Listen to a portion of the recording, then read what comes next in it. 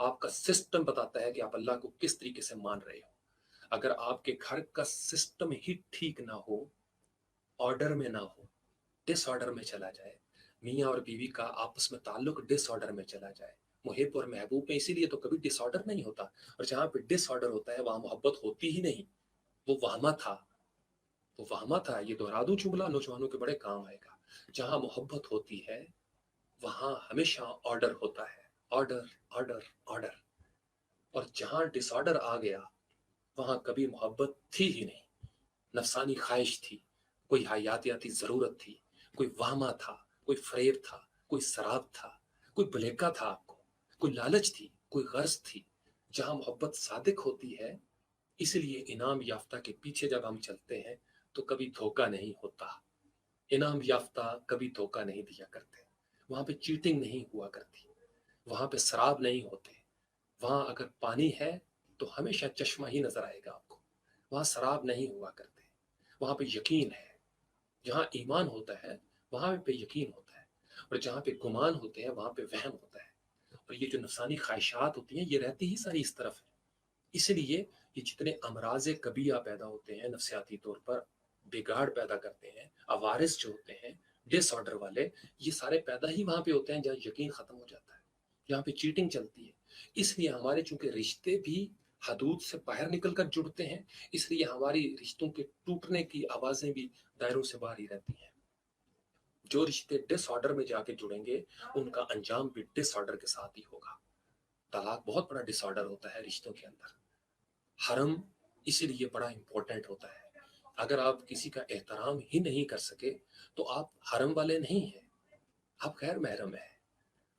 جو محرم ہوتے ہیں محترم ہوتے ہیں. احترام وہیں پہ ہوتا ہے جہاں پہ حرم کا تصور واضح اور کلیئر ہوتا ہے. تو جہاں پہ ہو ہی دھوکہ، نفسانی خواہشات ہوں، جسم کی کوئی ضرورت محبت کا نام بن جائے، تو محبت کو آپ بدنام نہیں کریں گے.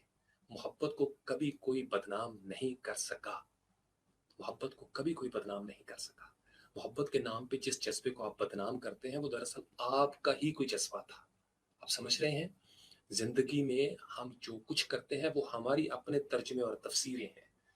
جو ان کی ایبسولوٹ ڈیفینیشن ہے نیچر میں، ڈیوائن سسٹم میں، وہ تالاب کبھی آلودہ نہیں ہوتے. سمندروں میں آلودگی ہم نے پھینکی ہے. رشتوں میں، جذبات میں، جو ہمارے میدان ہیں ایجوکیشنل پولیٹیکل، ہم پلوٹ کرتے ہیں چیزوں کو. ہم اس حالت کو بدل دیں. آج بھی ہو جو براہیم کا ایمہ پیدا، آگ کر سکتی ہے انداز گلستان پیدا. اسٹیٹ بدلی کرنی پڑتی ہے، ماحول بدلی کرنا پڑتا ہے، آلٹرنیٹیو دینا پڑتا ہے. متبادل کیا ہے؟ آپ کے پاس متبادل کیا ہے؟ یقین مانی جب آپ کو انعام یافتہ مل جاتے ہیں، اللہ مل جاتا ہے آپ کو کسی اور جگہ پہ تبادلے کی ضرورت ختم ہو جاتی ہے. لیکن دنیا میں آپ نے دیکھا ہوگا ایڈکشن بڑھتی چلی جاتی ہے. انسان کبھی نشے میں پناہ ڈھونڈتا ہے، ڈرگز میں، کبھی انسان گناہ میں پناہ ڈھونڈتا ہے، کبھی انسان کرائم میں پناہ ڈھونڈتا ہے. انسان میوزک میں پناہ ڈھونڈ لے گا، مختلف شیلٹرز میں وہ جانے کی کوشش کرتا ہے. اللہ کہتا ہے کہ یو سیک ریفیوج ان می، تم میرے پاس آ جاؤ، میں سنبھال لوں گا تم کو. میں سنبھال لوں گا میں تمہیں بکھرنے نہیں دوں گا، میں تمہیں ٹوٹنے نہیں دوں گا. میں تمہارے اندر سے سارے امراض دور کر دوں گا، تمہیں شفا عطا کر دوں گا، تمہیں ظلمتوں سے نور کی طرف لے کے آؤں گا، تمہیں طاقتور کر دوں گا، مہکا دوں گا تم کو. نکھار آ جائے گا تمہاری ہستی پر. تم کچھ نہ ہونے سے بہت کچھ ہو جاؤ گے. تمہارا بظاہر ذکر بھی نہیں ہوگا لیکن میں تمہارا ذکر زندہ کر دوں گا. کرنا کیا ہے؟ فذکرونی،